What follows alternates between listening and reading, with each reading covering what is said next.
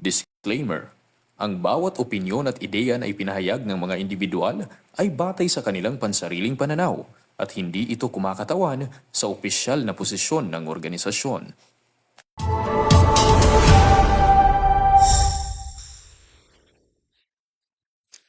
Assalamualaikum warahmatullah wabarakatuh. Ito na naman po ang inyong kapatid, si Ustad Abdul Jabbar Ansaw Muntanir. At nandito na naman tayo sa another episode ng Detox.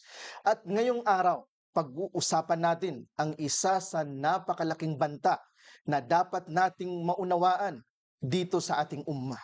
At ito ay ang tungkol sa Gazwa Fikriya. Ano nga ba ito? At papaano ito nakakaapekto sa atin bilang isang ummah? Pag-uusapan natin ito kasama ang isa sa ating nirerespetong Muslim speaker na nag-graduate ng Majma University sa Kingdom of Saudi Arabia, si Sheikh Nurjamal Batugan. Sheikh, Assalamualaikum warahmatullah. Waalaikumsalam warahmatullahi wabarakatuhu. At maraming salamat Ustaz Abdul Jabbar sa pag-imbita sa akin dito. Alhamdulillah, alhamdulillah. Sheikh, kumusta po ang inyong pagdating dito sa ating venue? Alhamdulillah, galing ako ng Cagayan de Oro. Mm. Matraffic, pero alhamdulillah sapagkat napakahalaga nung Mm. pagtitipon natin ngayon at ng Mm. usapin natin ngayon, despite that, we were able to be patient at Mm. saka makarating dito sa ating venue. Malaking pagpapasalamat ko sa Al Jadis Salih sa pag-organize ng ganitong palatuntunan para sa ating mga tagapanood. Mm. Sana ay tanggapin ito ng Allah subhanahu wa ta'ala at gantimpalaan niya tayo ng napakaraming biyaya sa Amin. Actually, ikinagagalak ko, Sheikh, na makasama kayo sa ganitong klasing programa at ma-interview kayo patungkol sa isa sa mga mahalagang mga usapin na ito na ating pag-uusapan ngayon. Maraming beses nakakasama tayo sa mga lectures at Yes. talagang nagugustuhan ko ang ilan sa mga puntong nababanggit ninyo patungkol Barakallahu dito sa issue na ito ng Gazwa Fikriya. So, ikinagagalak ko na makasama po namin kayo sa episode na ito, ang Gazwa Fikriya. Ang karangalan ay sa akin, Ustaz. Nasabi mo nga, matagal na tayo nagkakasama sa maraming seminars, sa mga conferences, at nakita ko rin sa inyo, tanggapin nawa ni Allah ang sincerity sa pagtulong sa ating mga kamusliman, Mm. lalo na sa ating mga balik Islam upang mas lalong lumalim ang kanilang pananampalataya at kaalaman sa relihiyong Islam. Hopefully, ang lecture na ito ay makuhanan natin kahit konti lamang ng kaalaman at magamit natin sa ating pang-araw-araw na pamumuhay, Ustad. Amin, Biidhnillah. amin, inshaallahu ta'ala. Punta tayo, Sheikh, sa ating topiko na binuksan natin sa araw na ito. Tungkol sa Gazwa Fikriya. Ano nga ba ang Gazwa Fikriya, Sheikh? Oo. Ang Ghazwa Fikriya or ang Al-Ghazwa Al-Fikri or kung ita-translate natin ito sa wikang English ay intellectual invasion. Ito ay isang deliberate system. Ibig sabihin sinasadya ito Okay. na sistema na gawa ng mga tao na gustong sirain ang ating pananampalatayang Islam. Mm. Gumagawa sila ng mga kaisipan, mga konsepto, mga paniniwala na ang tanging hadaf o ang tanging goal ay upang masira ang ating pananampalataya na hindi natin namamalayan. Okay. So, pumapasok ito halimbawa sa ating mga napag-aaralan sa ating mga paaralan Mm. o sa ating nakikita sa social media. Yes. Usually, very implicit ang atake nito. Ibig sabihin, hindi ito expressed, hindi ito obvious sa ating pananaw. Minsan, akala nga natin nakakabuti at saka lohikal na nangyayari ang mga bagay na ito, ang mga idea na ito. Pero ang hindi natin alam bilang mga Muslim ay sa ilalim tayo kumbaga natatamaan at naiimpluwensyahan ng ating worldview, ang ating pananaw sa mundo, pati ang lalo na kung ito ay nakakaapekto sa ating pananampalataya. Ang mahirap dito kung hindi natin ito mababantayan at pababayaan natin ito, maaring ito ay umabot pa sa level ng hindi paniniwala sa relihiyong Islam.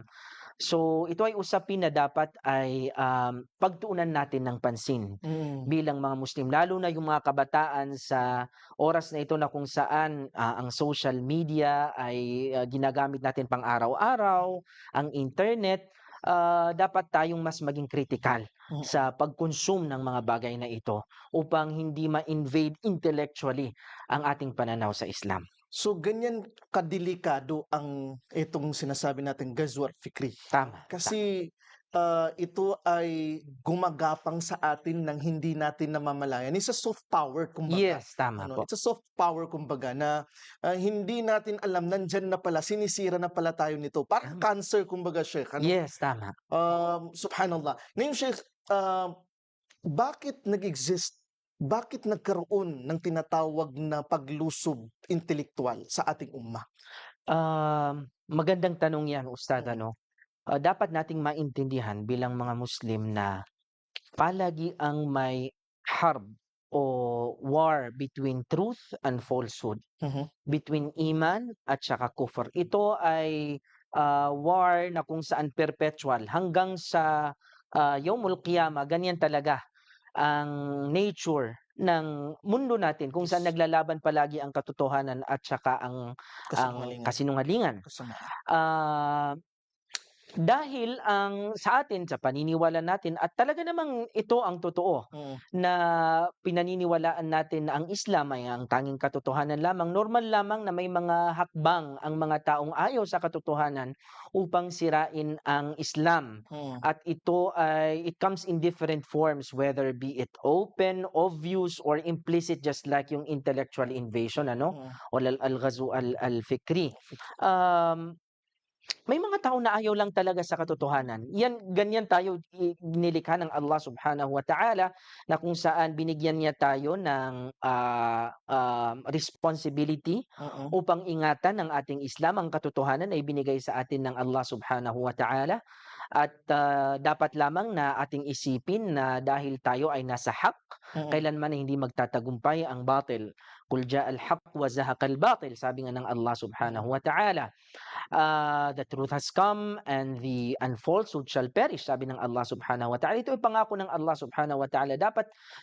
Dahil ito ay natural lamang sa ating pamumuhay, sa ating pagkarito dito sa mundo, talagang may mga tao na ginagawang instrumento ng Allah Subhanahu wa Ta'ala upang kalabanin ang katotohanan. Kung titingnan natin sa aspektong historical, Ustad, simula pa nung bago pa lang nagse-spread yung pananampalatayang Islam, Mm. ang first encounter natin sa intellectual invasion is noong ma-challenge ang mga Muslim sa Greek philosophy, Okay. na kung saan ay sapagkat ang Greek philosophy is built upon criticism, question, ganyan, and doubt. Mm. Unlike sa atin na yung paniniwala natin sa Islam is built upon truth. Nagre-reflect din ito sa mga universities kung saan palaging ang pagtuturo is built upon doubt, ano, because you have to question, you have to Mm. find answers, you have to research. Mm. So ganyan. So noong ang unang encounter ng Islam sa intellectual invasion is nung dumami yung mga kumbaga hindi Arabo na Muslim, Mm. at dala-dala nila ang kulturang hindi Arabo, Mm. o maaari nating sabing hindi Islamiko, katulad ng Greek philosophy. Mm. So may mga kamusliman na naisip nila na dalawa lang ang pagharap nito. Either we accept it and adapt it as part of our Islamic tradition, or either we keep with what Islam has taught us. So nagkaroon ng dalawang wave o dalawang reaction sa encounter ng Islam at ng Greek philosophy. May mga tao na tinanggap ito, Mm. kaya meron tayong bersyon o sabihin na nating sekta ng Islam na kung saan ang kanilang paniniwala is built upon philosophy, built Philosophies. upon logic, tinatawag nga nila ito na, Feelings. ganyan, ilmul kalam. Ang delikado pa rito, Ustad, is ang unang encounter, kung hindi ako nagkakamali, is tinatawag nila na negative philosophy or negative theology. So ang atake nila is ang Diyos ay hindi ganito. ang Diyos ay hindi ganyan. Okay. So kumbaga is more on negation ang kanilang paniniwala hanggang sa ang ibang mga Muslim ay tinanggap ito at naging parte na ito ng kanilang paniniwala. May mga tao naman katulad ng ating imam na si Imam Ahmad ibn Hanbal Mm. na talagang nag-struggle upang i-keep ang authenticity ng Islam na kanyang pinaniniwalaan hanggang sa siya nga ay nabatikos rito at nakulong pa nga dahil sa kanyang kumbaga because of his assertion of the truth. So kumbaga simula pa lamang because of our encounter with foreign philosophies Mm. like Greek philosophy and other types of philosophies, even Persian philosophies, is na-distort na intellectually invaded na ang ating paniniwalang Islaman. It continues until now. That's why we really have to be critical kung paano natin ito hinaharap at Okay. saka ina-address. In our modern time na ngayon, Sheikh, nowadays, paano mo mabibigyang halimbawa sa amin itong klase ng intellectual invasion na nangyari? Kumbaga, kung ikukumpara paano ito nagsimula in how kung paano ito nagsimula sa atin in our history, paano naman ito natin nakikita in our modern time? Yes, dapat nating matandaan ustad na maliban sa first encounter ng mga Muslim sa Greek philosophy, nangyari rin ang colonization sa maraming Muslim na bansa. Mm. So pumasok ang mga British, Mm. pumasok ang mga Dutch, dala-dala nila yung kanilang philosophy at saka worldview. So dahil na-colonize nila yung mga Muslim countries na introduce ito sa kanilang educational system, hanggang sa na-adapt na rin ito ng mga ibang mga Muslim, unfortunately, dito sa atin sa Pilipinas, kung titingnan natin, yung mga natututunan natin sa university, mostly is secular. Kung hindi ako nagkakamali, Ustad, ang secularism accordingly is reaction yan sa argument na kung saan kumbaga is backward daw yung mga bansa because of religion, Mm. ngunit kung ating hihimayin, hindi naman yun totoo. Okay. At inadapt din ito ng karamihan sa mga Muslim countries, itong secularism na kung saan may separation ng church at saka state. Kanina nga is pinapakinggan ko yung isang ulama na nagre-react dito. Sabi niya, tila ang assertion na ito na kung saan ang separation of church and state sa secularism is hindi rin naman nakikita. Kasi ngayon, minsan pinapakialaman pa nga ng state yung Mm. affairs ng Ng religion. church, oo. At saka yung assertion na kumbaga nagiging backward yung isang bansa o isang estado dahil sa relihiyon is kung titingnan natin, napaka-morally backward natin ngayon. Siguro dahil ay hindi na natin hindi na tayo religiously conscious. Mm. In fact, siguro kung may rason kung bakit tayo backward ngayon in so far as morals and values are concerned, is the fact na kumbaga winater down natin yung role ng religion sa ating pamumuhay because of secularism. Sa ating mga universidad, sa ating mga pamantasan ustads, karamihan dito is kumbaga secular Mm. na pananaw, tinatanggal ang role ng religion sa pag-aaral, Kaya nakaka-create ito ng mga estudyante na kumbaga is nagkakaroon ng existential crisis kumbaga. Mm. Hindi nila alam kung saan nila ilulugar ang kanilang pagiging Muslim sa mga universidad. Okay. Kung titingnan natin sa history ng mga Muslim, ang mga Muslim ay hindi nila sineparate ang religion sa ilm, Mm. sa knowledge.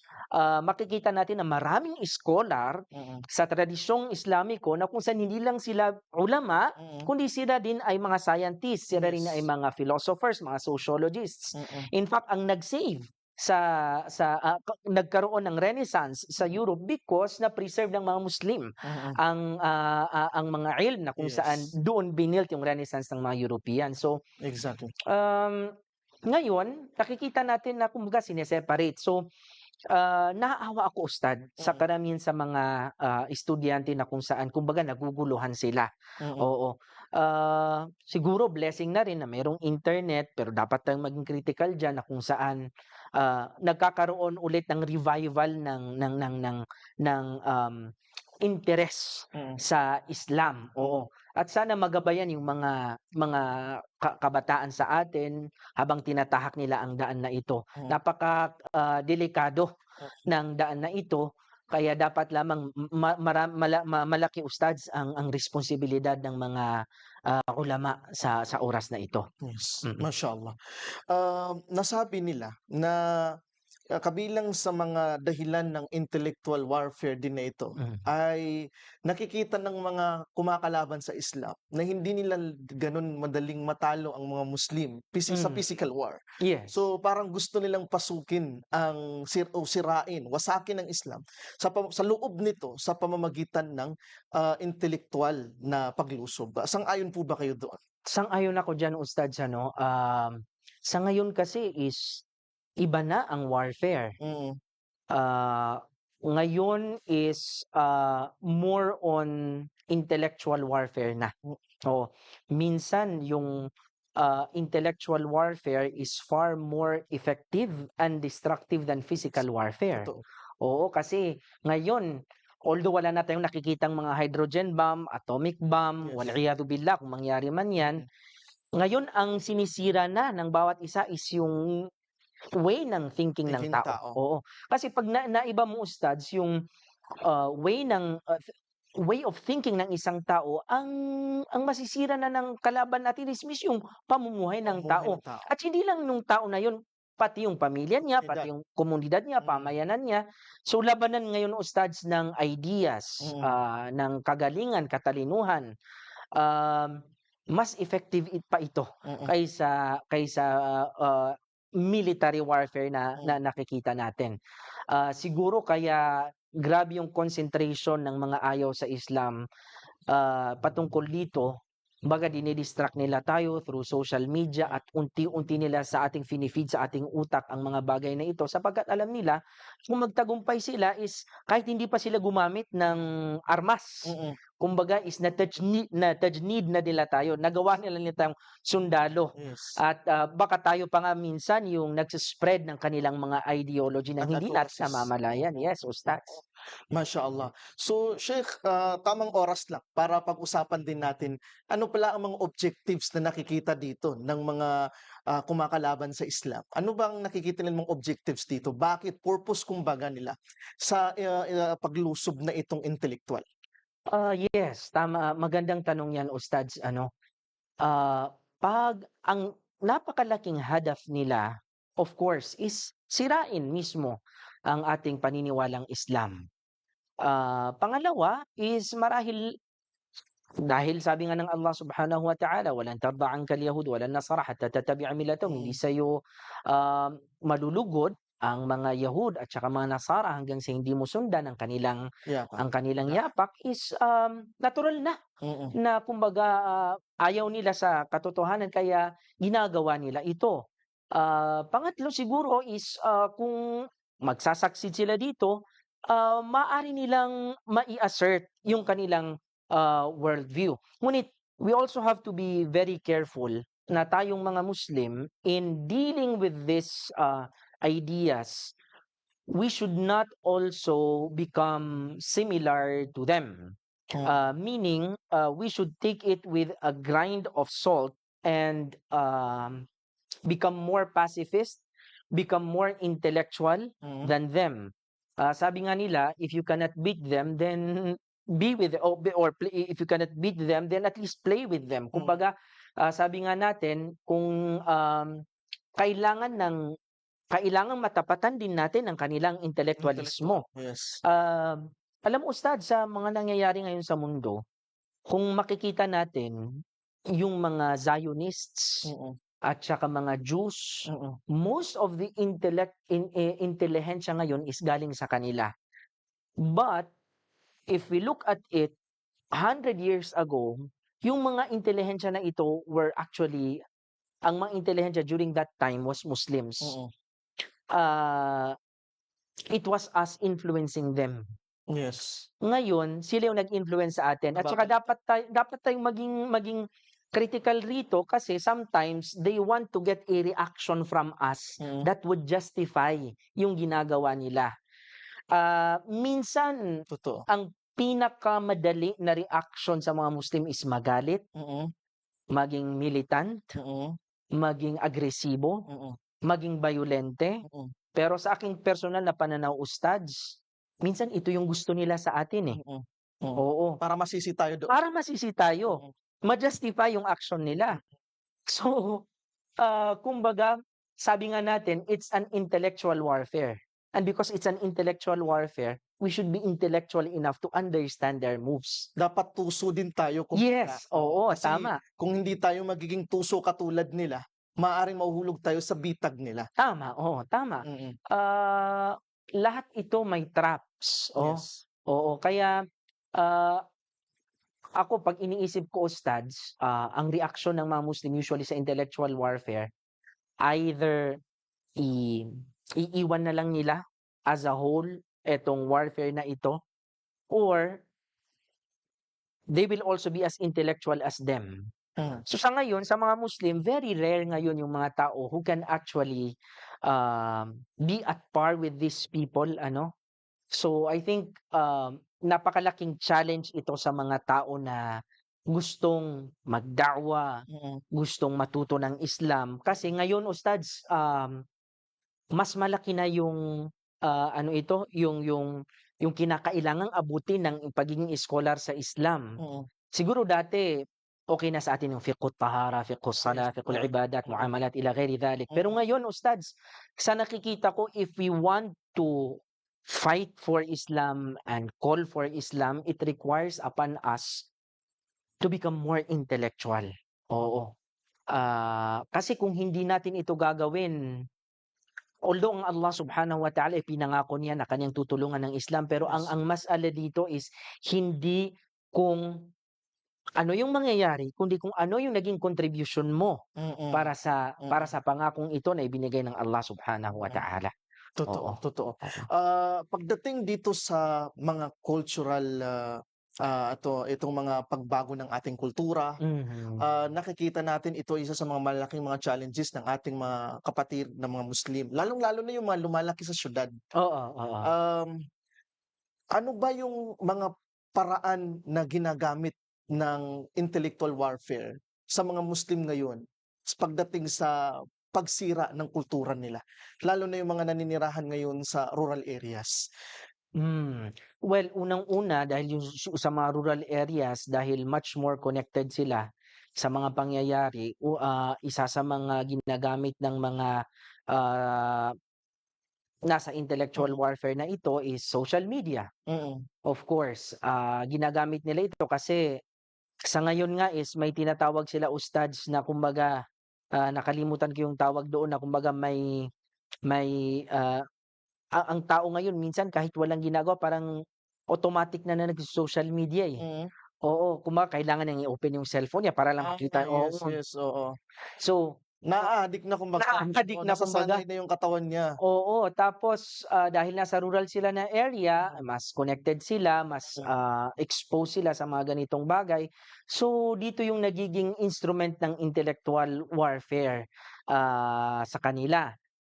Unlike sa mga nasa urban, exactly. oo, unlike yung sa mga nasa bukid or nasa kuan Rural na, areas. oo, oo, tama, rural areas. Ang minimin ko kanina mga urban areas, mga nasa rural areas Mm, na wala masyadong connection or hindi masyadong exposed, na kumbaga yung fitra nila mm, is, malayo na ma-contaminate ng mm, intellectual warfare na ito. mm, Nagagamit din yung sa yun na nga, sa eskuwelahan, sa mm, mga pamantasan. mm, Ah, Minsan kung hindi tayo critical is, for example, yung feminist ideas, itong mga LGBTQIA, nasallallahu al-'afwa wal-'afiya, mm. ibang mga bagay na kumbaga is minsan tinatanggap natin, pero kung ating himay-himayin, maaaring magdulot ito ng shock, Siya, oo, sa atin bilang mga Muslim. pagdududa. Pagdududa, Pagdududa mismo sa pananampalataya. oo. Yes, that's why makikita mo minsan may mga Muslim na mga lalo na mga estudyante na Mm, nagkakaroon na sila ng doubt doon sa mga certain branches of our religion, tama, 'no? oo. Napapatanong na sila, "Ustad, ganito yung Islam sa mga ganito. Bakit lumalaban ang Islam sa mga ganito?" Hmm. Kaya ko sinasabi rin, ustads, ano, sa maraming mga seminars na we should also elevate yung dialogue between the laity, meaning mga tao at saka yung mga ulama. We should ask challenging questions, because if we do not ask challenging questions, then we will remain na kumbaga walang intellectual culture Mm. in our religion, na kung titingnan natin, grabe yung our religion can offer so much in so far as intellectual scholarship is concerned. Mm. Kumbaga walang usapin na sa intellectual scholarship na walang masasabi Mm. ang Islam. So another challenge ito sa mga kabataan, Mm. na aside sa kanilang pag-aaral sa mga universidad is magkaroon ng separate na oras para pagtuunan din Mm. ang intellectual scholarship sa Islam. Sa Oo. Islam, yes. Mashallah, nakikita kasi talaga natin itong mga kabataan, lalo na sa mga urban areas. Sila Mm. talaga yung tinatamaan ng mga katulad ng mga inferiority Yes. complex na nararamdaman ng ilan, na yung pag-instill ng fear and inferiority complex sa mga sarili, na parang nahihiya silang ipakita yung Mm. identity nila sa Muslim, na nahihiya na sila, dumarating na sa punto na yung mga kabataan, ayaw na nilang magsuot ng black Tama. kasi baka natatakot na sila sabihin ISIS sila, Tama, 'di ba? tama. Ayaw na nilang magsuot ng nila magpataas ng balbas, Tama. kumbaga halimbawa, 'no? Kasi parang feeling nila, baka sabihin, miyembro ako ng Abu Sayyaf, mga Tama. ganito, 'di ba? So, napakaimportante talaga, 'no, na Mm. maintindihan ito ng mga kabataan, kasi hangga't sa hindi po nga natin ito na-identify, hindi tayo hindi tayo nagiging maingat, 'di Mm. ba? So, hangga't sa hindi mo alam na danger pala 'yan, hindi mo iingatan yung sarili mo diyan. Mm. So, it's really important na matalakay nga talaga natin, 'no, Mm. ang patungkol sa mga bagay na ito, para maunawaan ng mga kabataan, lalong-lalo na, 'no? Once na ma-lose natin, ustads, yung identity natin as Mm. Muslims, then what will be left? Yes, Anong matitira? totoo. Kaya yan din siguro yung inaatake ng mga tao na ayaw nila sa katotohanan, na kung Mm. saan they will destroy the identity of the young people. 'Pag magkaroon ng identity crisis ang isang tao, napakahirap yan na pinagdadaanan, kasi hindi mo lang kini-question yung paniniwala mo, kini-question mo mismo ang sarili mo kung nasa tamang Landas ka ba? landas ka ba or hindi. So nagkakaroon ng existential crisis. Nasabi mo nga, ustads, yung mga danger na minsan hindi natin alam, is danger pala yun. Mm. Ang kahirapan dito is minsan yung danger is wrapped in a beautiful Oo, decorated siya. decorated siya. So akala mo yun yung mabuti sa yun pala hindi yun pala yung makakasama sa iyo. Akala natin development yun sa sarili natin, yun Oo. pala, yung development na yun may kasamang risk sa atin. Oo, may kaakibat yun na risk sa atin, na maaaring ang masira niya mismo is yung pagiging Muslim natin, ustads. Yung tulad halimbawa nitong mga estudyanteng masyadong nagkakaroon ng pagtutok sa sekular na pag-aaral, pagkatuto, Yes, nakakalimutan ginagawang sekundary na lamang yung pagkatuto nila sa relihiyon. oo. Actually, ustads, sa ngayon, we should look at ako, galing ako sa isang integrated school, Mm. which is good, but um, yung integration ng Islamic studies sa quote unquote secular studies natin, actually in reality hindi naman siya integrated, but parallel education, meaning may Islamic studies ka, quote unquote Islamic, at saka may secular studies ka. Pero if we look at it from the perspective of those earlier Muslims, they did not actually identify which is secular, which is Islamic.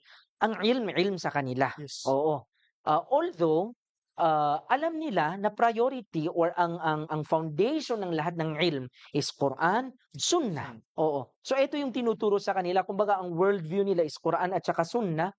Tapos dito binild yung education nila. So I hope na we arrive at a point wherein hindi lang siya parallel kundi integrated talaga, that we Mashallah. see it as a whole. Mashallah. Oo. Kasi for me, ustads, actually isa rin na mark ng secularism is the fact na yun na nga, we separate religion sa state. Mm. So isang effect nito is ang mga tao, they do not determine or dinidetermine na, ito Islamic lang ito, ito is pagiging yung term na natin, ito is ilm ng mga professional, ilm ng mga Mm. oo. Pero supposedly, we should look at it na kumbaga, lahat ito is kaalaman. Ang isa nga lang is syar'i kasi ito ay may kinalaman sa ating pananampalataya at ang isa naman is makakatulong upang mas ma-develop pa, mas mapagbuti pa natin kung paano natin isinasagawa ang ating religion. Mm. Yan yung difference ng ng track ng Islamic education at ng secular education. Mm. Kumbaga may reservation palagi Mm. sa ang secularists when it comes to religion. But for Muslims, wala tayong idea na ganun supposedly. Oo. Epekto rin ito siguro ng sekularismo kung bakit natin sinasabi na may Islamic at saka may professional education. Well, in fact, both are Knowledge. knowledge, o both are sources of Mm. knowledge. Mashallah. Nabanggit niyo kanina, Sheikh, yung patungkol sa mga social media. Mhm. Pwede niyo bang ibigyan pa ng malawak na pagtalakay? Ano ba yung mga portals, channels na nakikita natin ngayon, nowadays, Mhm. na siyang daanan, kumbaga, ng paglusob sa atin intellectually? Well, unang-una hindi natin maipagkakaila halimbawa mga TikTok, Mm. sa ngayon is, yan ata yung pinaka-accessible sa, lahat especially nung pandemic Mhm. Ah, kumbaga, sadly, ang makikita natin dito is mga bagay na maapektuhan ng ating morality, ang ating intellectual at ang ating spiritual. Pati oras na din, Sheikh. Oras, oo. Productivity natin. Oo.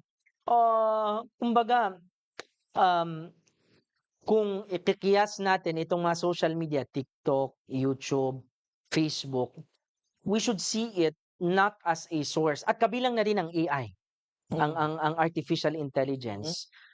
Tayong mga Muslim, we should see it na etong mga bagay nito are actually merely tools and not sources of knowledge. Mm. Ang nangyayari kasi sa mga kamusliman ngayon, ginawa nila itong mga bagay as ustads, source of knowledge, masdar. References na Or naging reference ka lang. Nung 2 days ago nga pinag-uusapan namin ng aking mga kasamahan sa isang madrasa kung saan ako nagtuturo kung gaano kadelikado ngayon yung pag-aaral ng Islam kasi ginagamit na si ChatGPT. Oo, at saka nung ibang mga platforms So, pati ba ng mga estudyante ginagamitan na ng ChatGPT. So, napakadelikado kasi sabi nung isa sa amin, nung, sinubukan niya na hanapin yung sources ng ChatGPT kasi nagme-mention lang siya ng sources, mga sources ito na non-existing. Oo, minsan nga tini-tweak ito, puwede mo ngang sabihin na puwede kang mag-prompt sa mga artificial intelligence na ito na kumbaga ang ibigay sa'yo na resulta na kaniyang ng tanong mo sa kanya is something na secular, something na Islamic. So, napaka-delikado ngayon. Dapat is we see it with, a critical, lens kung paano natin ito ginagamit, itong social media na ito. Unti-unti kasi, halimbawa may mga page sa TikTok na kumbaga Islamic sa una, nakukuha niya yung attention mo, but as time goes by, nakikita mo na there is change in messaging, change in the tone of delivering the message. May subtle na nangyayari na kung saan it traps you into thinking that something is true where in fact it is not true. Okay. Oo. So, sa ngayon is may tinatawag sila na media literacy. I think we should all engage into it and learn how to be more critical. Dati fake news na-identify mo na. Ngayon fake news has become intellectual as well. Hindi lang sa larangan ng politika, pati ngayon sa masala ng din is may fake na mga websites na kung saan nasisira ang ating genuine understanding sa Islam, ustads. Kumbaga kasi ang kaalaman sa Islam, solid yan. Yes. Kumbaga di na nagbabago yan. Tama. Nandiyan na yan. At ang mga sources nito mula sa mga matitibay na kaalaman. Yes. Mahirap nung kumbaga naiintindihan ko sa sinasabi niyo, Sheikh, na parang dahil sa mga tools na ito, nagiging ang mga sources of knowledge natin ngayon parang natitimpla na Oo, tama. Natitimpla na. Hindi Mm. na siya exactly kung ano yung orihinal at ano yung Hmm. totoong nagmula sa ating mga classical scholars o yung mga Oo. ulama natin na mu'tamad. Oo. Contaminated na ngayon, Puwede ustad. kasi nilang pati nga si Sheikh Ibn Uthaymin ngayon puwedeng pagsabihin nila sa isang fatwa hindi naman talaga niya sinabi. Tama, tama, Gamit ang kanyang boses, gamit pa mismo ang kanyang mukha tama. dahil sa mga AI na tools 'no. Tools na ito. Subhanallah. No, ustad, pagdating dito sa ano 'to, masasabi natin mga video games and, Mm. ano 'to, yes mga video games and, digital culture. Mm. Ah, paano ba 'to nagagamit as intellectual warfare sa atin? Alam mo ustads isa sa mga nagamit ng mga tao na kumbaga into intellectual warfare is itong mga games na ito online. Mm, For example, may isang game na kung saan makikita mo na, may mga materials in that particular game na katulad ng Quran, mm, may mga ayat na nakalagay doon. Ah, May subtle effect ito ustad, eh, mm, sa tao. Halimbawa, may isang game, although hindi ako naglalaro, lulusubin mo yung isang lugar, mm, may Quran doon, may mga ayat doon na makikita mo naka-hijab na mga mm. babae, mga batang nakathob, Yes. mga ganyan. So, little by little naiisip mo na ang mga taong ito, yung naglalaro dito is kumbaga Masasama. masasama Mm, or dapat silang patayin. pinapatay, kinikitil kasi Mm, game nga yun, eh. mm. Although minsan conscious tayo na game na yon, but it's 'pag repetitive na yun Mm, ustads, may part of us that actually consents to it. Iniikrar na natin yun. nama-manipulate. Oo, na ma-manipulate na tayo.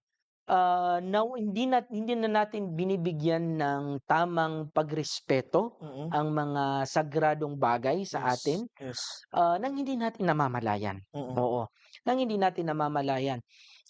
In fact ustads, isa sa isang report or sa isang research na nabasa ko, yung nangyari, na sa Syria ano at mm, saka sa Iraq, mm. isa sa mga recruitment na dinaanan dito is through video games. Video games. Oo, ah, well, they have their own ways of doing it, but one thing is for sure, Mm, etong mga video games na 'to are not just video games. These yes, are meant to affect us yes, intellectually, yes. spiritually Totoo. without even feeling it, ano. Yes. Mga bagay ito na very subtle ang atake sa atin. In fact, may isang psychologist nga na nagsabi on how music affects a person ano, and we're talking about music ano, how much more if hindi lang music, pati visual na yung nakikita mo Mm, with music, with a virtual reality, mm. although conscious ka, Na game yun. but it's not your conscious na ina-attack niya, it's your subconscious na Mm, ina-attack niya. And when your subconscious is contaminated, everything will be affected. You will be changed, oo. subhanallah. Sabi nga nila, and then, with the amount of information that we receive nowadays, Mm, hindi daw yan kaya ng ating utak na i-absorb lahat ito. I-absorb lahat ito. And the tendency is that 'pag hindi ito kayang i-absorb ng lahat, we fall into depression, into an understandable na kumbaga psychological, problem, and it changes us, ano. Ah, Maraming nababago, because of these things. So sana maging mapanuri pa tayo sa mga bagay na ito, ustads. Oo. subhanallah. Kumbaga hindi lang din actually ustad 'no, mga ang Muslim ang nama-manipulate nito. Yes, oo. Even the non-Muslim actually, Hmm. nama-manipulate sila sa pagprograma ng isipan nila na itong mga nakikita nila, ang mga Muslim masasama, ang Hmm, mga Muslim dapat patayin. And that's why yes. makikita mo yung mga massacre na ginawa ng mga non-Muslim sa ibang bansa, ay parang video game lang nilang pinapatay yung Tama, mga tama, Muslim sa isang oo. masjid, Tama, 'di oo, ba? at nangyari yan, Opo, ustads, nangyari. nangyari yan. Subhanallah. Oo, so, may agenda yung mga sumasabak dito sa intellectual warfare. Hindi lamang tayo yung biktima. Mm, Anything na mayroong kabutihan is mm, inaatake nila. mm. Anything that will serve their interests is papasukan at gagawin talaga nila, ustads. Nas'alullah al-'afwa wal-'afiyah. Subhanallah. Naniniwala ka ba ustad na may mga taong nag-aaral talaga sa Islam Hmm. para alamin kung papaano tayo puksain o sirain. Yes, opo Stads. Hindi sa atin bago yung term na istishraq or Mm. yung Orientalism. Although it's different from the Orientalism na that is widely known, because ito yung istishraq or Orientalism wherein yung mga non-Muslims Mm. or hindi mga nananampalataya, hindi naniniwala sa Islam is pinag-aaralan yung Islam either as a social science or may agenda talaga sila. Mm. Oo, so nangyayari yan, Ustads, naniniwala ako na, sa ganyan. Um, Pati yung mga ustads namin dati sa Jamia, Mm. sinasabi nila na during their studies is nakakamit sila ng mga mustashriqin who are more fluent than them when it comes to Arabic, who has a good memory or better memory of the Quran than them. So kumbaga, hindi lang ito isang ideolohiya, ginagawa rin itong karir Mhm. ng iba.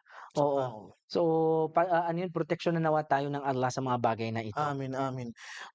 Subhanallah, nakakalungkot itong mga kung Mm. hindi natin mapag-ingatan ang ating umma talaga ay hinay-hinay tayong masisira Tama. ng mga paglusob na ito. Mm. At kailangan ang mga parents, ang ating mga ulama, ang mga duat, Mm. magbigay ng halaga Tama. sa kung papaano i-counter itong Mm. klase ng mga propaganda, Tama. itong klase ng intellectual warfare na ini-instill sa ating umma ngayon. Kailangan, nasabi mo nga kanina, kailangan gumalaw yung isipan natin, Tama. katulad kung paano gumagalaw yung mga isipan nila. Tama, alam mo Ustads, ang problema ngayon, ng karamihan ng mga pamilyang Muslim ngayon, sa Amerika Ustads is ginawa na nilang, institusyon na kung saan walang, kumbaga, may karapatan ang isang tao na pumili ng kaniyang kasarian, Hmm. ano. Napaka-foreign ito sa atin, ano. Ah, Minsan nagagamit din itong mga ideolohiyang ito upang i-abuse yung mga kabataan. Hindi natin nilalahat, ano. Pero ito yung mga bagay na kung hindi natin pagtutuunan ng pansin at kung pababayaan natin, hindi tayo maging critical dito, ito yung magiging daan na kumbaga, ah, dito yung magiging pinto ito kung saan dito papasok yung mga foreign ideas sa atin, nasisira sa ating paniniwalang Islam. At ang kawawa rito is, o ang unang magiging biktima nito is yung mga kabataan, lalo mga bata na kumbaga fresh pa yung utak, uncontaminated pa yung pag-iisip. Hindi kaila sa atin ngayon yung tinatawag na brain rot sa Mm. mga kabataan. May sarili nga silang language ngayon, Ustads, Mm. yung Gen Alpha, na pati tayo, yung mga, for example, mga tatay, mga Mm. tito, napapansin nila na may sariling language yung mga kabataan which is foreign to us. Mm. And language is very important. If these children can actually communicate with the language that we do not understand, Mm. delikado rin ito sa mga parents, ano? Kasi hindi natin sila maga-guide, Mm. yung mga the young ones, Mm. ano? Um, Napaka-importante na matutukan natin ito, Mm. yung mga guardians, yung mga parents. Kasi etong mga batang ito 'pag lumaki sila na yung mindset nila is talagang na brain rot, kumbaga yung utak nila is, Wala na. wala na brain rot nga. Rot ibig sabihin, ano ba, na waste, Mm. kumbaga, wala na. Kumbaga ano pa ba yung hahabulin natin sa kanila? Mm. Illa man rahimallah. Oo. Subhanallah. Oo, kasi hindi na makuha ng parents, hindi na ma-understand nung Hindi parents na, yung, oo. akala nila, halimbawa yung mga bata ngayon nagsasabi sila ng mga names and terms na hindi na, yun nga sabi mo nga ustad, foreign na sa atin. Pero Oo. nakala natin okey lang yun. Pero kung isa-search mo pala yung pangalan na yun, yung mga terms na yun na nabanggit nila, very demonic, Yes, tama, tama. very satanic. Oo, So, subhanallah, if di natin iingatan talagang masisira yung ating mga anak, sahih, subhanallah. oo. Okay, so mashallah, Sheikh, na marami tayong natutunan na natalakay sa usapin na ito. Punta tayo Barakallahu. insyaallahu ta'ala sa isang bahagi ng ating programa, ang Yes and No segment. Okay, dito sa ating Yes and No segment, Sheikh, ay magpapakita tayo ng isang image Aha. at nandito po yung inyong response card or anong tawag diyan 'no, response natin, Oo. na kung saan ay, sasabihin po ninyo kung yes or no, it means agree kayo or hindi kayo agree doon sa nakikita ninyo. Aha. And later inshallah ay, tatanungin namin kayo 'no kung, bakit gano'n yung, Sagot. reaksyon ninyo, sagot Yes. ninyo doon sa picture na yun. So, unang picture, eto siya. Oo. Mga social media tools ngayon, no? WhatsApp, Facebook, Snapchat, YouTube, no? Ah, sa tingin ninyo, agree ba kayo sa ang mga bagay na ito ay nakakatulong sa atin bilang makabagong mga tao o hindi? Ako is, yes, Mhm. pero may explanation, oo. Okay. Ako I'm very hopeful ano with, kasi tayo bilang mga Muslim dapat, um, hindi tayo pessimist, Okay. optimistic tayo sa lahat ng mga bagay. Yes, if it is used properly, ustads, yun yung Mashallah. pananaw ko. Mm. Ah, ang paggamit ng Facebook ay kumbaga katulad yan ng paggamit ng kutsilyo, Mm. ano? Maaaring gamitin mo ito sa paghiwa ng mga prutas, Sibuyas. vegetables, Oo. ganyan, or kumbaga yung ibang tao ginagamit nila sa pagpatay. Mm. Wal'iyadhu billah kung meron man nakakaisip nun ano, Mm. pero sa atin ang social media is katulad niyan. Mm. Gamitin natin ito ng tama sa Mm. makakabuti sa atin at maging kritikal. Mm. Oo. Hindi lahat ng nakikita natin sa Facebook ay totoo. Mm. At katulad nga ng sinabi natin, ang Facebook at ang social media, YouTube, Mm. whatever, these are mere tools but these are never sources of knowledge. Oo. Yes. Hindi pa rin matatalo yung pagpunta sa isang maalam, Mm. magtanong, Mm. oo, ipaliwanag ang konteksto para Mm. magbigyan tayo ng wastong sagot Mm. kesa sa Facebook na kung saan kontrolado natin ang environment Mm. at saka ah, majhul yung mga kinakausap natin. Totoo. Hindi natin Kilala. alam, Oo. kilala, Oo. oo.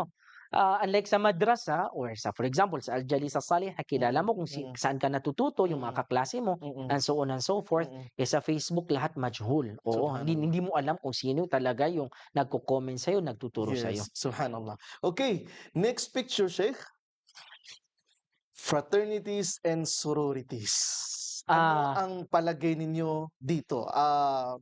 Sang-ayon ba kayo na ito ay kabilang sa mga makukonsidera nating mga intellectual warfare? yes, Mm. oo. Yes, may kukonsidera ito na kasama sa intellectual warfare. Marami ako ustads na mga kamag-anak, kapamilya, kaibigan Mm. na kabilang rito sadly ano.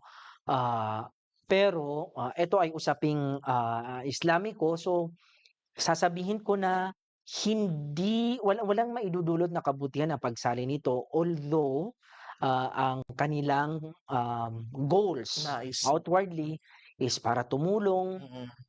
para sa kapatiran. Pero sa akin ustad, sapat na ang kapatiran sa Islamiko. Islam. Oo. Oo, hindi kailangang patunayan ang kapatiran sa pamamagitan ng Pagpalo. pag-aalis pusta, pagpalo, o hindi pagtrato sa kasama mo bilang isang tao. Mm. Tinatrato mo siya na tila parang hayop. Oo, Oo. wal'iyadu billah, no? Bilang So, pagsubok sa kanya. bilang pagsubok.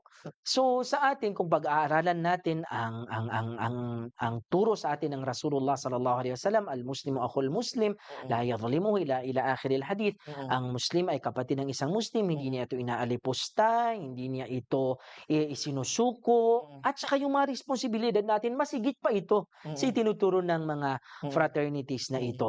So, kung isipin natin, ang asal ng mga fraternities na ito are actually influenced also by, with all due respect ano sa lahat ng mga membro nito, are actually influenced by Zionistic or influences ano, wrapped in for example in a gift of brotherhood or sorority or Mm.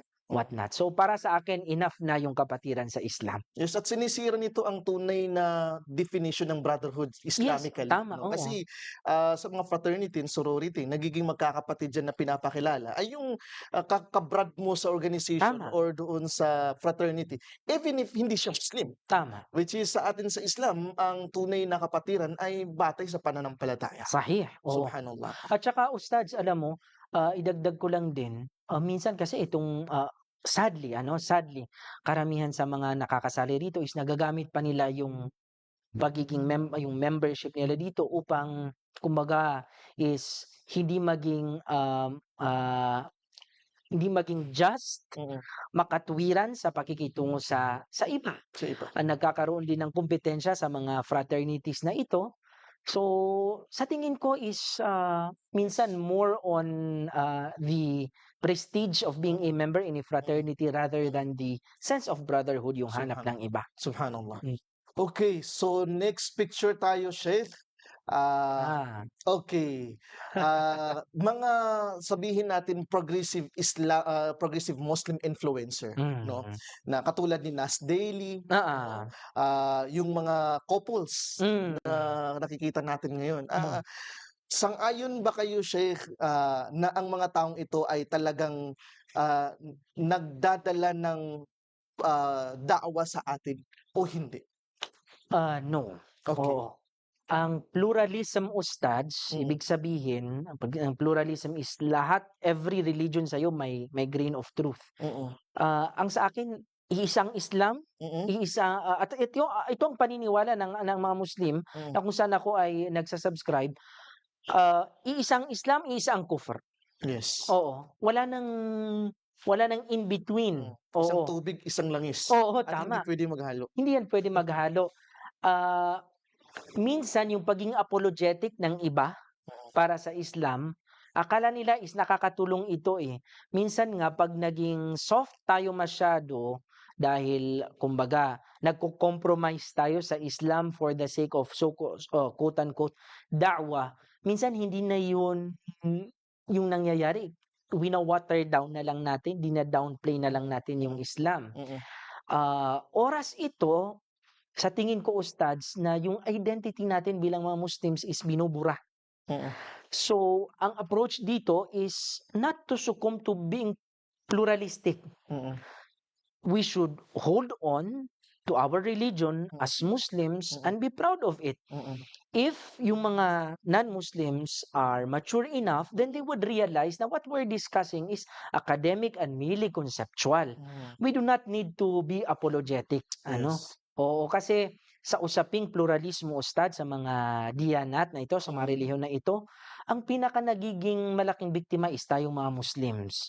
Kasi parang we always have to please others in order for them to recognize us, which should not be the case. Whether they recognize us or not, we are Muslims. Ang ating tinatrabaho ay para sa Allah, Allah. hindi para sa mga tao. Recognition ng mga tao. Tama, oo. Yes. Nakapanood ka na ba ng video ni Nas Daily? Noong una, ustads, nung nasa college pa ako, but lately, Do you like the videos nung unang mga kon? yes, oo. In fact, ustads, sa ngayon ustads, ang atake ng karamihan when it comes to religion is more on spirituality, more on being human. So yung mga human experiences na ito ang fino-focus usually ng mga vloggers na ito. So if titingnan natin yung mga videos nila, more on family, more on love, more on charity, dinidisregard yung religion. Etong attacking ito might be effective for people who do not have a clear identity of themselves. Oo. But it's also a trap. Oo, Yes. it's also a trap kasi Nababago nito. yes, at saka nawawala yung confidence natin sa Islam. Oo. Maraming naging biktima nito. But lately, pag nawala kasi ustad yung identity mo is, kumbaga question mo is, sino ako ngayon? So, ang iba is hinanap nila ulit yung identity nila as Muslims. At lumisan sa ganitong ideology. Alhamdulillah, ustad, hindi naman tayo naapektuhan nun, ang Allah subhanahu wa ta'ala, He works in mysterious ways. So, alhamdulillah, hindi tayo naging biktima ng ganon. So, when it comes to pluralism, ustads, malaking no ako dito. Yes, mashallah. Alhamdulillah. At natapos tayo sa ating yes and no segment. Punta tayo sa tanong ng bayan. At ang tanong ng Kababayang bayan, ay mga katanungan po mula sa mga ilang mga audience natin ngayon, kung saan ay bibigyan natin sila ng pagkakataon, Sheikh, na ma-erase nila ang sarili nilang katanungan at inshallah ay mabigyan nito ng kasagutan mula po mismo sa inyo. Inshallah. So, meron bang tanong mula sa ating audience? Okay. Masya Allah. Isa sa ating mga audience, pakitayo po para mabasa natin, or dyan ka na lang po. Sige, umupo ka na lang po. Okay.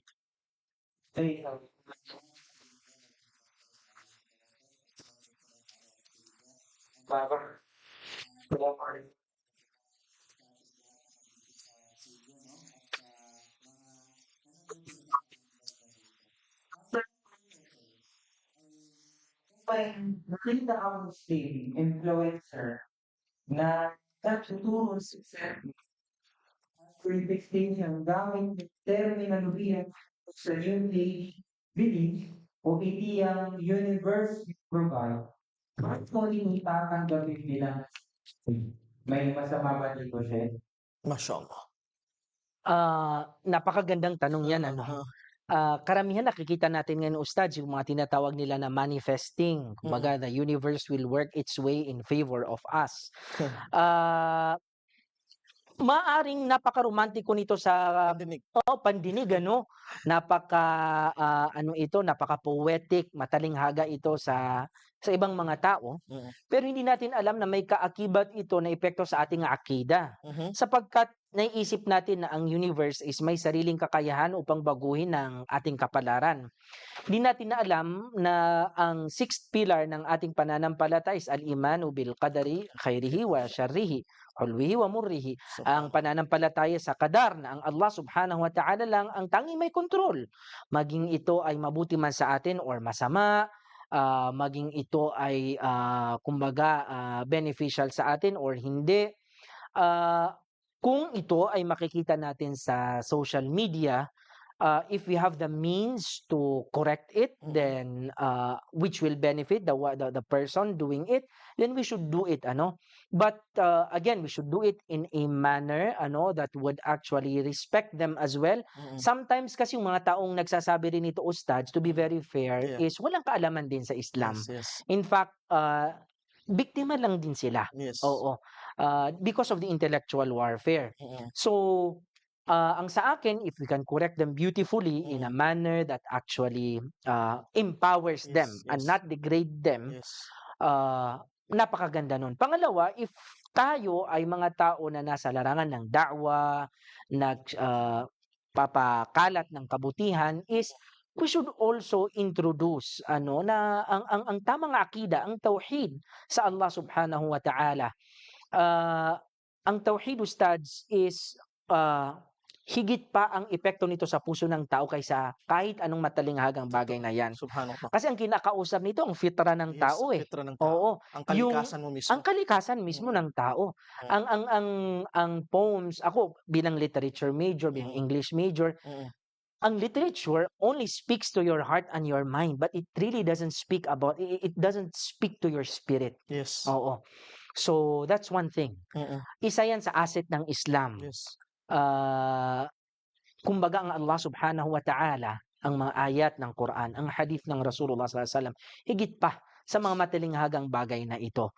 So using these new age terms, actually ito is recycle lang ng mga sinaunang paniniwala, they are wrapped in modern terms that would appeal to someone, Yes. to people, So let's correct them Yes. beautifully.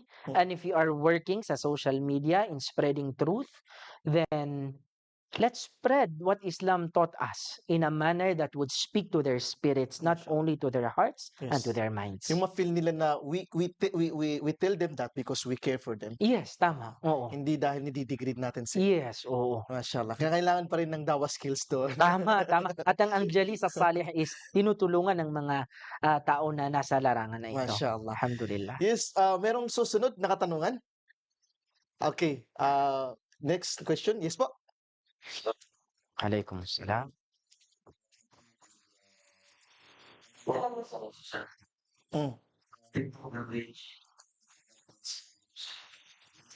Okay.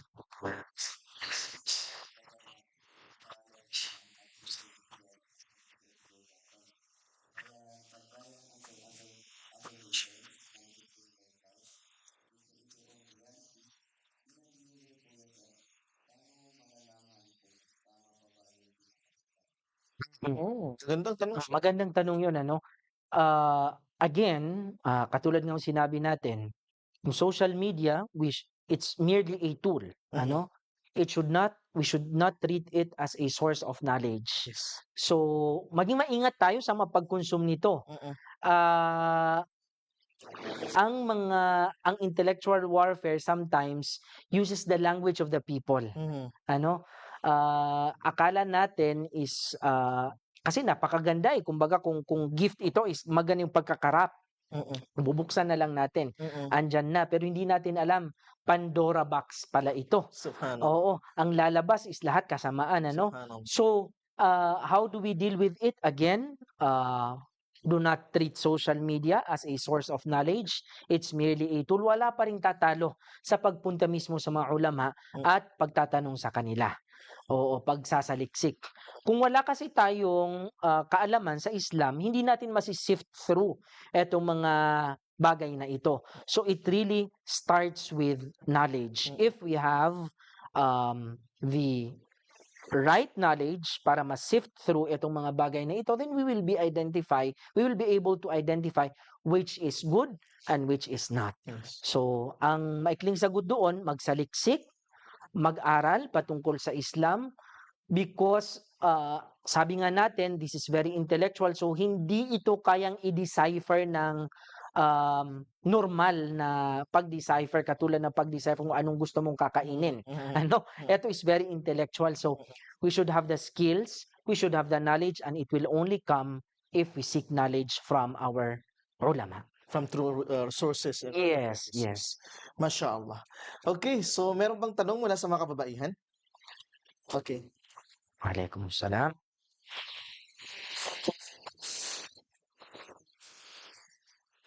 So, question is, wala ngayon na isa sa mga way na pagpapataka nila sa mga anak nila is i-on ang ibigay sa kanila ang cellphone or gadget para hindi na sila umiyak. So what can you say about the parents, or what can you advise to the parents na yun ang way nila para makontrol nila yung anak nila, where in fact malaki ang influence ng social media lalo na sa mga bata ngayon. Yes. As a result of the social media, marami na ngayong parents na nagkakaproblema sa delayedness ng mga anak nila dahil sa somehow hindi natin makontrol, as me, mother, hindi natin makontrol na yung pinapanood nila is hindi na gano'n nagsasalita, or syempre nagagaya nila ba share yung pinapanood nila. So, ano po yung may advice niyo, lalo na sa mga mamumulan na nanonood ngayon about this very dangerous na way ng parents nila nowadays? Yes. In fact, yan na nangyayari is a lived reality, Ustads, ano, especially sa mga parents na kung saan ang way na pagpapatahan ngayon ng bata is naging digital na lang. Ang effect nito is may disconnect between the children and their parents, ano. Yun na nga, hindi maintindihan sa minsan ng mga parents yung mga anak nila. In fact, very interesting yung isang study na kung saan karamihan sa mga bata ngayon learned English without even being taught on how to speak Yes, English. totoo. Oo, kumbaga is natututo sila na magsalita ng English na walang nagturo sa kanila. Yes. At naging secondary language na lang yung lugatul yung mother tongue ng mga parents. Ang epekto nito, hindi na matarbiyan ng mga parents yung mga anak nila because iba yung language. Minsan napipigilan na nung mga parents yung pagtatarbiya nila, magagalit sila, ididisiplina kasi hindi nila ma-express English kasi. So nagkakaroon ng language barrier sa isang bahay. So ang advice ko is to lessen this kasi accordingly din, very stimulating, Ustads, itong mga video na ito. Yes. May mga YouTube channels na very stimulating na naha-hyperactive yung utak ng bata. And that's what they want, no? That's what they want. Minsan is pag tinanggalan mo ng tablet yung bata, iiyak yan Kesa sa tanggalan mo ng pagkain, kahit hindi pa yan kumain, basta may tablet. So ang advice ko is tutukan nung mga parents kung ano yung pinapanood ng mga anak nila. Mm. Minsan may napanood ako na pinapanood ng mga bata na may mga sexual Yes. at saka mga phallic images Mm. na pinapakita. Mm. So, kontrolin ang paggamit ng tablet, tutukan kung ano yung content na ipinapakita sa kanila, at kung kaya patigilin na lang. Yes, Oo, yes. Para more safe. Oo, more safe. May iba naman ang advice is may mga content din sa YouTube na Islamic, ano. Pero it might be good, Ustads. Pwede rin sigurong itong gawin, pero para sa akin, minsan pag doon kasi nagsisimula eh. Kumbaga, pintuan yan na Mm. maghahanap ng bago yung bata. Pag nagsawa na dun sa pinapanood niya, Oo. hahanap ng iba. Hanap ng iba, eh, paano kung ang mahanap niya is, yung hindi maganda, hindi akma Mm. sa pag-iisip ng bata. Mm. Yun, tutukan, tingnan kung anong content at kung kaya is, patigilin ang bata. Oo, na gumamit ng mga bagay na ito. Ang iba kasi mga parents siguro naisip din nila maging backward yung mga anak nila. In fact, hindi. Kasi nakikita natin yung mga exposed sa mga tablet na ito, Mm. sila pa minsan yung backward, yung pakikitungo sa mga tao, nagkakaroon ng difficulties sa kanilang, yung Social interaction. social interaction, social behavior nila. Mm. So I think it's more damaging na magkaroon sila ng gano'n kaysa wala. Oo, Yes. oo. So, Subhanallah. let's go back to the original way of parenting, Mm. in a manner that would, ensure na yung mga kabataan would grow up morally responsible, spiritually responsible, Yes, Ustads. subhanallah. Kawawa kasi yung mga bata din, napakamurang edad pa lang, Oo, nandun na sa kanila yung addiction. oo. And alam naman natin sa pag-aaral na ang addiction hindi yan nabubuo sa tao maliban na may mga elemento sa kanyang sarili na nagpo-produce ng kung bakit siya nagiging addict. Oo, ini-introduce sa kanya, naging habit na, Mm. hanggang sa naging addiction na. Yes. Na 'pag hindi niya 'yun naramdaman, hindi niya nakita is, nagkakaroon ng epekto sa kanya physically. Subhanallah. Subhanallah. Okay, so any other question? Okay. Salamat. Waalaikumsalam.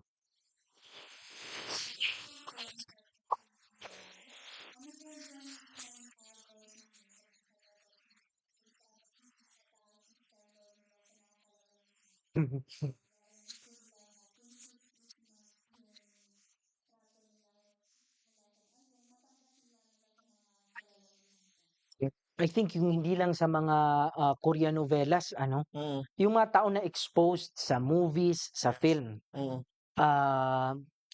Nakalimutan ko yung, if I'm not mistaken, si Samuel Taylor Coleridge. Kumbaga nakalimutan yung, suspension of disbelief na nangyayari sa tao na exposed sa media, whether it's literature or, literature in motion katulad ng movies at saka mga, novelas ano, mga teleseryes na we are, suspending our disbelief. Baga naturally hindi natin yung pinapaniwalaan, but we are willing to suspend our disbelief sa mga bagay na ito in order for us to immerse ourselves in this media and treat the world as if we are the actor Mm. or actress. So ang effect nito katulad ng sinabi ng sister natin is akala natin pelikula rin yung buhay natin. Mm. Oo. Hindi natin ito mapagkakaila. Yung mga tao na exposed sa mga Korean movies, una, hairstyle ginagaya, pati pananamit, pati Mm. pagsasalita, and so on and Mm. so forth. So, nai-influence yung physical natin, pati yung intellectual natin, mental natin, emotional. We treat everything as if, it's a movie. So, out of touch tayo Mm. sa reality. Mm. Ano? Ang advice ko is ang panonood ng movies at saka Korean novelas at saka ibang mga telenovelas is really a waste of time. Oo. So ipaglaan natin yung oras natin sa mga bagay na ano 'to, na mas Beneficial. oo. If you want to immerse into something that is emotionally enriching at saka intellectually uplifting, may Mm. marami namang non-fiction na mga libro that we can delve into, although some might not necessarily na kutub syariya, Mm. but there are psychological, economic, political, non-fiction books Mm. that would satisfy us and educate us and attune us into reality more than yung mga Watching. movies na ito. Kasi khayal ito, imagination ito lahat. Fantasies. Fantasies ito. Nilalagay nila tayo sa mga pantasya Oo. na iniisip nating totoo pero actually imagination lang ng writer. Oo, imagination ng Na siya writer. mismong writer hindi na na-experience. Oo, tinatrap nila tayo sa worldview nila. Mm. Oo, because when you control someone's emotion, lalo yung mga kababaihan, pag makontrol mo ang emotion ng isang babae, wala na. You have trapped her into something, you can control her and do her things na Yes. out of her league na. Yes. Kaya nagagalit na kapag dumating sa bahay walang dalang bulaklak at Ah, tsokolate. Ano? oo, mataas na yung standard, sabi nga nung Oo. sister. At nababago na din yung family hierarchy kumbaga. Yes, Minsan yung oo. naiba, kumbaga nagiging empowered na masyado yung mga kababaihan na naging under the saya na sila lalaki. Yes. Ah. At saka yung pati yung mga artista na ito, Ustads, whether sa Korean or kahit ano pa yan, in reality, pati sila, Mm. alam nila na they are doing it for the sake of their profession. It's their job. Mm. Oo, they are not trapped into the character. It's a mere character that they play. So pati sila, very obvious sa kanila, it's just a character that they play. Pero sa atin, as viewers, we treat the character and the actor as So, one. yes. Oo. So, napakahirap. Kawawa yung mga natatrap sa mga ganyan, Yes. Ustads. Oo. Subhanallah. Okay, so alhamdulillah, meron pang katanungan? Wala na. Okay. So alhamdulillah at natapos naman natin muli ang another episode natin sa Detox at pinag-usapan natin ngayon ang isa sa pinaka malaking banta sa ating ummah at ito yung tinatawag na nating intellectual warfare. At mashallah, iniisip natin insyaallah ta'ala na at hinihiling natin kay Allah subhanahu wa ta'ala na ibigay sa atin ang mabuting kaalaman at pag-unawa sa lahat ng ating tinalakay. Allah.